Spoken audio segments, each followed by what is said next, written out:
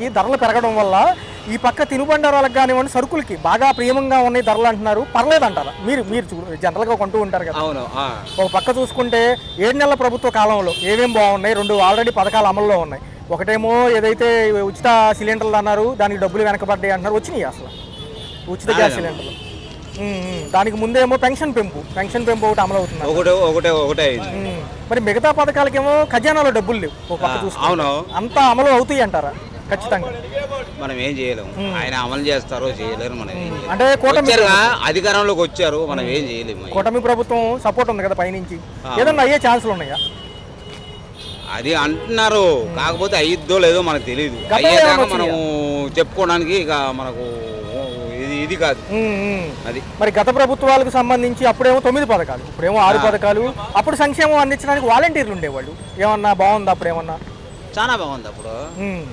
ఇప్పుడు ఏమైంది? కొంత విశ్లేషణ అప్పుడు ఏమేమి బాగున్నాయి ఒకసారి. అప్పుడు ఏంటంటే ఇంటి దగ్గరకు వచ్చి రైస్ కానీ మొత్తం రేషన్ రైస్ కానీ మొత్తం అని ఇచ్చేవాళ్ళు. ఇప్పుడు ఏంది, ఇప్పుడు ఏం లేకుండా మొత్తం అంతా వీళ్ళు ఏదో 2 పథకాలు పెట్టారు, అదే నడిపిస్తాం. అంటే ఎంతవరకు కూడా సంపద సృష్టికి మార్గాలు మళ్ళీ అంటున్నారు, ఇదేనంటారా? కట్టే. ఓకే, మరి జగన్ గారు మళ్ళీ రాబోతున్నారు ప్రజల్లోకి, ఎలా అనిపిస్తుంది? జగన్ గారు కనుక వస్తే ఎలా ఉండబోతుంది అంటారు? రావాలి. సమస్యల పైన పోరాడతానంటున్నారు ఆయన. రావాల్సిందే, సరేనా? రావాల్సిందే. ఓకే ఓకే, రెడ్డి గారు రావాల్సిందే. ఓకే ఓకేనా. సంక్షేమం మంచిదంటారా? అభివృద్ధి కూడా కావాలి. అది ఏంటంటే అమరావతి అభివృద్ధి కోసం ఈయన పట్టించుకోలేదు, కానీ ప్రజల మీద అభివృద్ధి కోసం జగన్మోహన్ రెడ్డి గారు వచ్చి పట్టించుకున్నారు. ఈయన ఏం చేస్తున్నారంటే